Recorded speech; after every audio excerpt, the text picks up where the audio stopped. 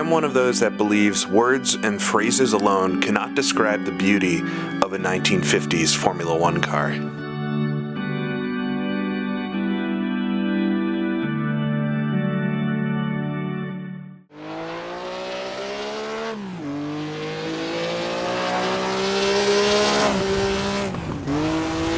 I'm here today in Assetto Corsa driving the default Maserati 250F around Imola, and for 1950s Formula One cars, this is about as iconic as they get.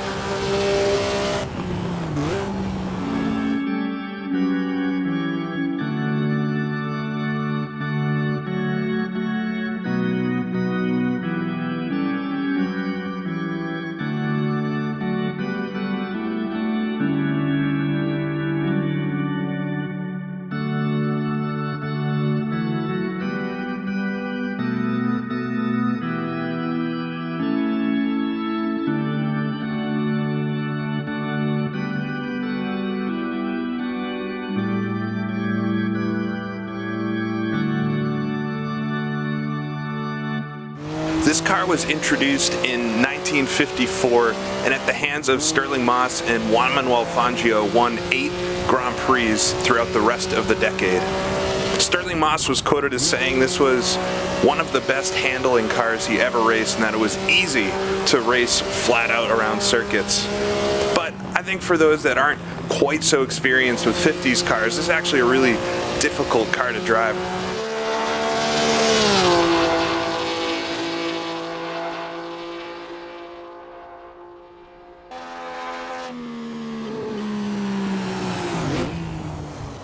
I see a lot of videos online claiming we're going to race the difficult Maserati, which is quite funny because it was supposed to be an easy car to drive. And I have to think the difficulty for a modern racer comes from the brakes and the tires themselves. So I wanted to see what I could do to change that.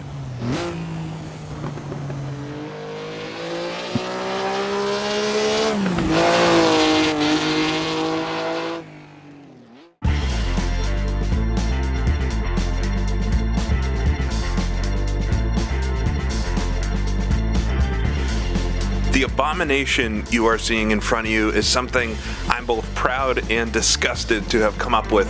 This is the 1955 Maserati, fitted clearly with big slick tires from a 1970s Formula One car.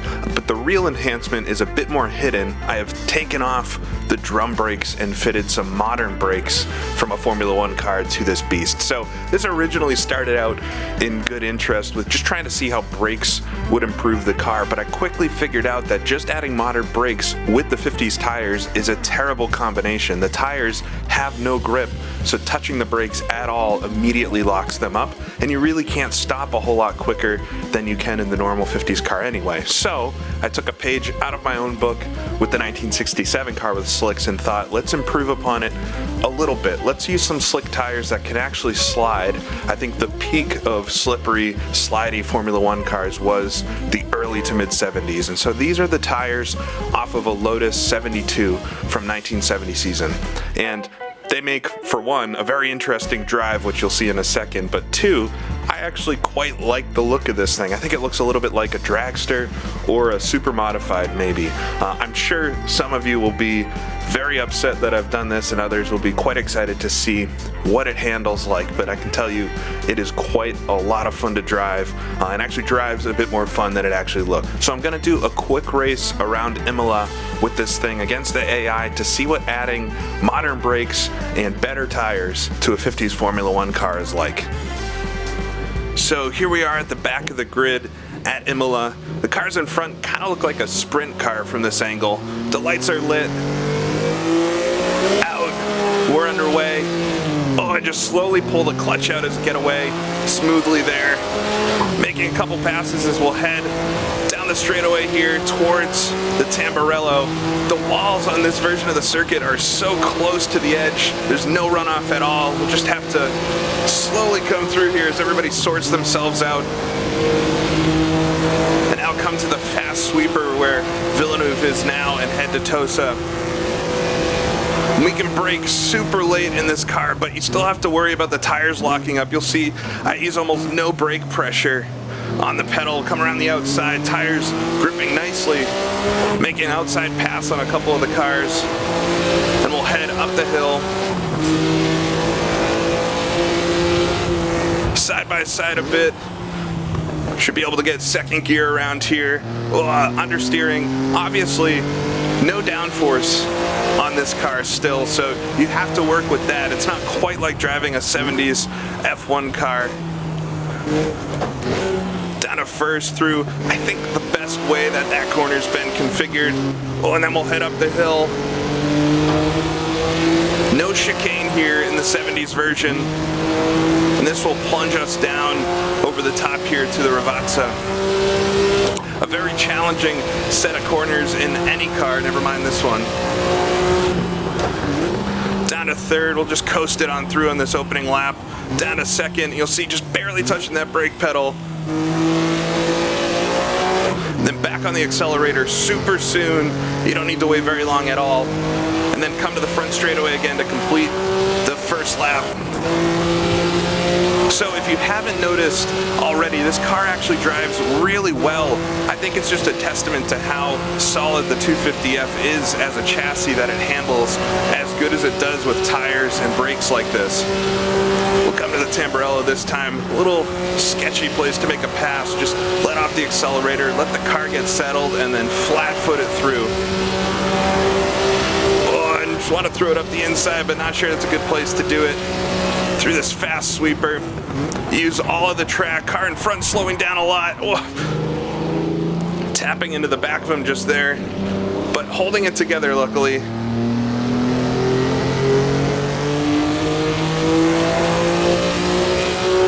We'll head up the hill again.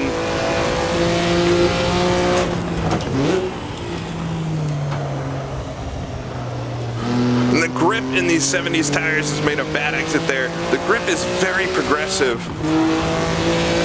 I got a lot of comments on my modern F1 without wings video about why did I not use modern Pirelli tires, and the reason is modern tires have no slip angle to them. You cannot slide those tires at all, and it creates a very unenjoyable racing experience with any car that needs to slide. And so I think these tires from the 70s are the perfect slick tires that slide very excellently and fit a car like this very well.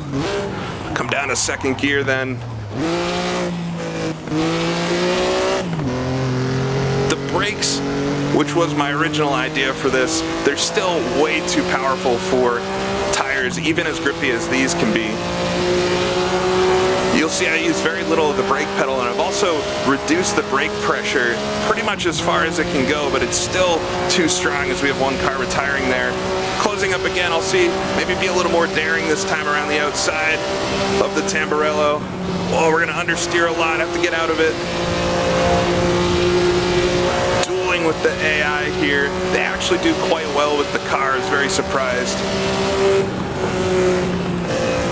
So we'll come to Tosa again, down to third, down to second, up the outside. And you can really stop on a dime if you're good with that brake pedal.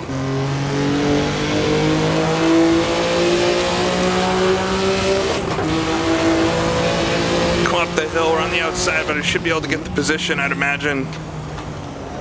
You don't want to touch wheels in this car, it goes without saying. You'll go for quite a ride.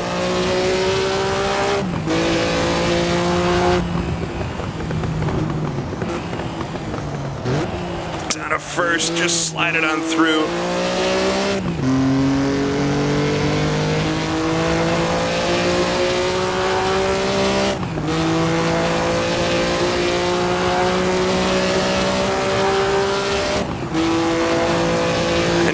Ridiculous as the car looks, I think some of you will like it, others will probably be upset that this happened, but as ridiculous as it looks, I think it does look quite cool, and it drives so well that I just had to show it. When I put these tires on, I originally said, I don't know if that'll be worth putting up, but after racing it a bit, I think it's an excellent combination. So we'll come to start the 4th lap here. Picked up a few positions, not really about winning the race. So we'll come through the corner. And this version of Imola absolutely took some guts to race around with no runoff on either side of the track. You really had no margin for error. So these two in front getting close to each other. Try to get a good exit there, make up a lot of time mid-corner.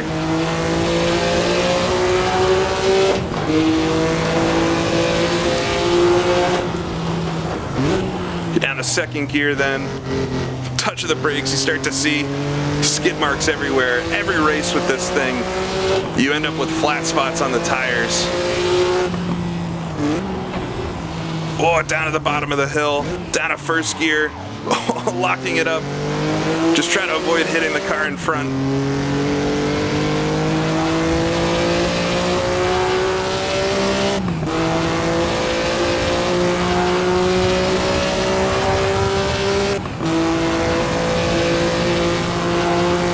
So I set out to try to make a car that would be easier to drive or easier to understand for somebody with a modern driving sensibility, and I don't think I've done that. This car is not what I'd call easy to drive, but it's very fun to drive and kind of its own beast in itself. So we'll come to the end, 1 more lap to go, side by side here, see if I can pick up a couple more positions. All the way to 4th gear, the straight 6, whining away. Oh, and the car behind me, huge accident there. My God. Through the Tamburello again. I feel like you could get this kink flat out if you were daring enough, but not sure I have it in me on this final lap. We'll come, brake. Oh, closing up so much on the car in front, slamming on the brakes there.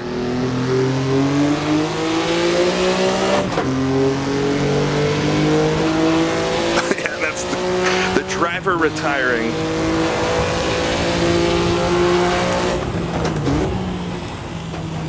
Down to 2nd gear, try to coast it on through. It's all about the entry speed and the angle at which you come into a corner to make it with this thing. Over the bump there. It also goes without mentioning how low to the ground the car is with these tiny front tires from the Lotus 72. They lower the car quite a lot, make it look very aggressive, or maybe like a riding lawnmower, depending on what you think. So just the Ravazza in front of me now.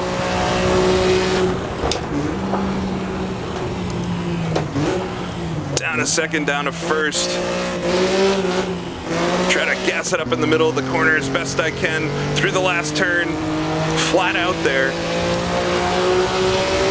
As we'll come to the line, just behind this car. I don't think I'm having enough time to do it. We'll come side by side. We've got the better line. He left the inside open. And across the line here at Imola.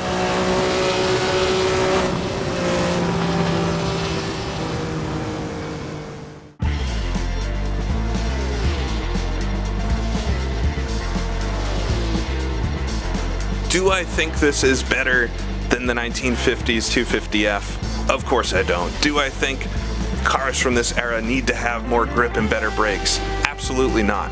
Do I think I've created a new type of race car? I think so. And this is something really fun to race. I think could be quite a fun thing to do online. I'd be very interested in if some folks get in here that have good knowledge of setups, how well they could actually make this car perform. I think there's a lot of potential that it could actually be a great race car, but kind of just a fun experiment. There's nothing too serious happening here with this beast of a car, but once I put those tires on, I knew I had to show this at least and show people some of the wild things that you can do with Assetto Corsa. So I hope everybody enjoyed. I hope you don't all take it too seriously. I don't know if I'll do another one of these anytime soon unless another idea sparks in my imagination. But thank you for watching, and I'll see you all again next time.